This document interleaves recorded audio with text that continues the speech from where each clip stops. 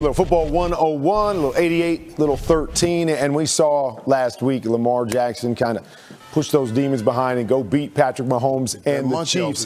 And the question becomes, I mean, impressive performance by him in so many different ways, but the question continues to become, can this be a championship model for the Baltimore Ravens? Can they continue to play football this way, and will it lead to championships? Because they do things so unconventionally. I mean, this is a 2-minute drill, Irv. 2-minute. Chiefs are playing two-man, right? Got to get a chunk play offensively. You can't run a quarterback draw, right? I mean, we get chunk plays with our quarterback running quarterback draws in a 2-minute drill. It's just, you don't see that happen. But it is Lamar. Patrick Mahomes, he throws he throws jump passes. Check this one out. Man, we get a guy squeezing free down the middle of the field. I'm gonna do one better than you, Patrick Mahomes. I'm gonna jump up and make my jump pass down the field. Great vision, great playmaking. And then here's what they do, right? Little zone read here, but we're gonna lead two guys out here for our quarterback. And obviously, he's very elusive. Big plays, does a good job making guys miss, getting out of bounds, saving himself from a physical standpoint. So we see so many different things from this offense that I believe they're very much built for the regular season. Against average teams week in and week out, they're going to be very, very successful. But Irv, can this type of model sustain them to become a championship type team? Man, it is very difficult. It is very difficult to expect this kind of play every week, especially in the playoff. But I must say this. You got that dude right there. That dude right there is special, man. He's incredible. And that's why I also have to say this. What is he doing turning that flip in the end zone?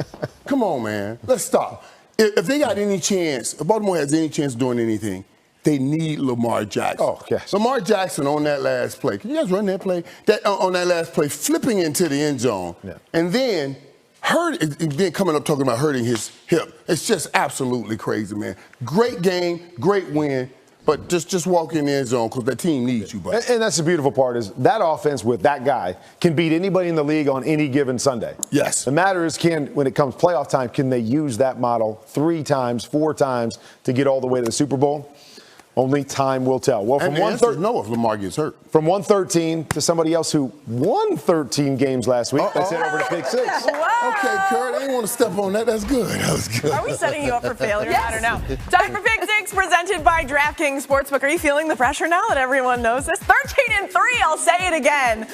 The first game we're going to break down is Titans-Colts. Titans favored by 5 here. 4.5, sorry.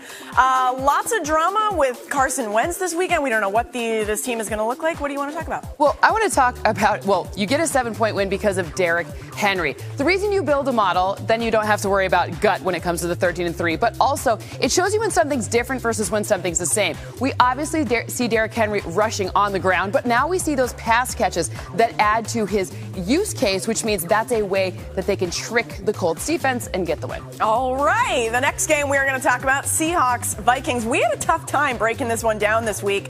A kind of a coin flip situation. Seahawks favored by 2. What do you like in this one? Total coin flip here. Of course, there's some uncertainty with Dalvin Cook in this one. So I'm going to focus on the other side and talk about the receivers, namely Tyler Lockett, who forecast to see the end zone with 7 receptions and 82 yards. This is a nice young secondary to target for Russell Wilson, who knows how to use those deep passes in Tyler Lockett with those explosive yards after the catch. So this is something that really will be a factor in this. All right, there you go. I really hope this one is just high scoring and lots of firepower. Giants-Falcons.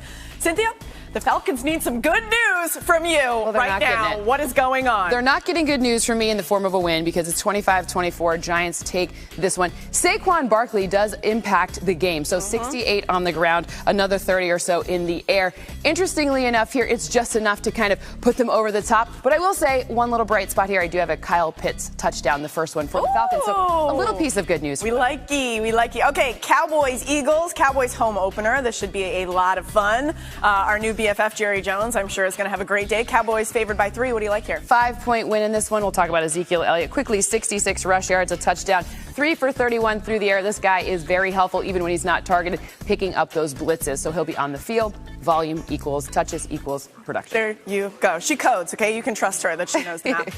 Packers 49ers. We talked about the petty meter this week. I love the pettiness. What do you like here? 49ers favored by 3. It's kind of incredible with that left tackle situation. 25-24 in this one. Aaron Rodgers forecast for almost 302 through the air, along with 29 on the ground. It's the scrambling that makes the difference in this one.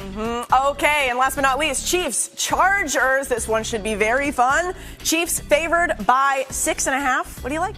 Yeah, I have a 7-point win in this one, 31-24. 7 receptions, 91 yards, and a touchdown for Travis Kelce. Seems like the easiest play of the entire day. Travis Kelce for like $1 billion every day. Travis Kelce, you heard it. You heard it from the 13-3. Of course, Matt Nagy earlier in the week, when asked if Dalton was going to be the starter, if he's healthy, he said that he wouldn't answer that because it's a scheme question, right? So we'll see what the scheme looks like with Justin Fields out there later today, and perhaps that could be helpful to avoid the Browns' defense. The question is what are his major obstacles short of scheme today, Steve? Well, here's the thing. His obstacle will be if he tries to do too much, Rich. At Ohio State, he was the man. He was the leader. He was the star. Everything was on his shoulders, all right? He got all the offense, and everything relied on his expertise. But that's not the case right now.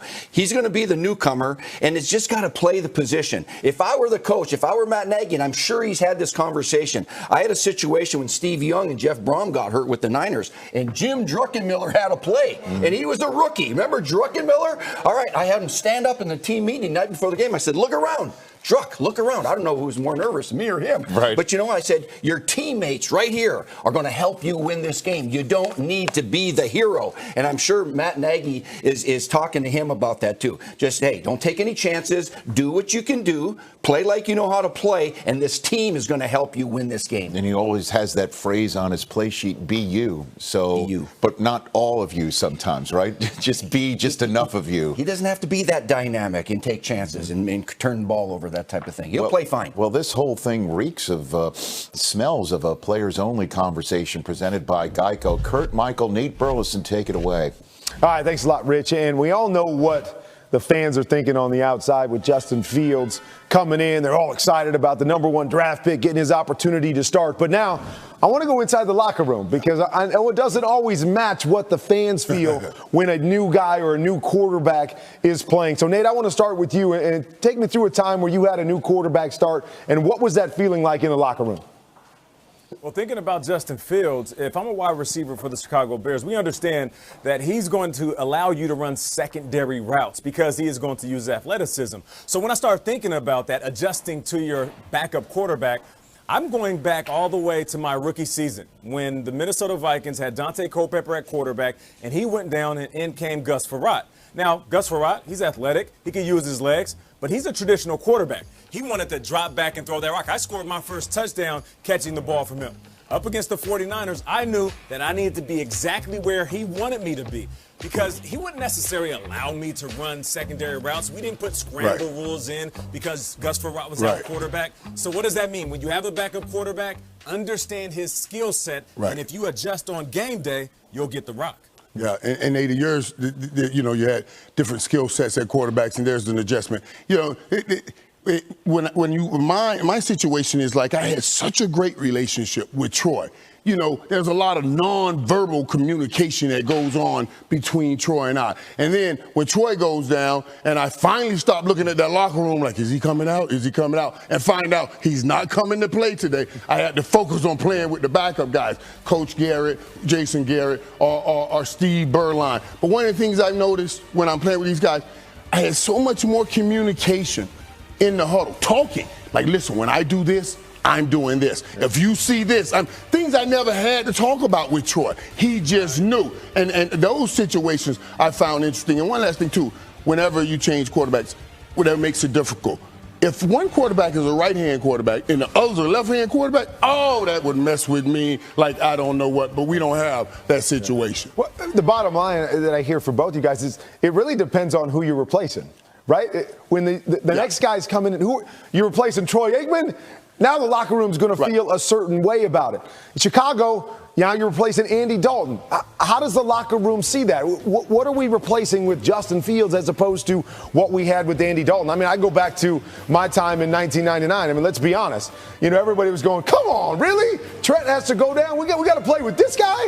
You know, that's what everybody was thinking because we had an established guy and we were going to someone that wasn't established. And so mindset is so important here. So I'm excited to see what the Chicago Bears team comes out and looks like. Like, are they pumped up? Because, like, man, we got our draft pick, and as Nate, you said, plays a little bit different than Andy Dalton. Maybe he gives us something a little bit extra that Andy Dalton didn't give us. Or are they looking at it from a practice standpoint, Nate, and going, I don't know, he's not quite ready yet. We had a veteran that we thought we could win with.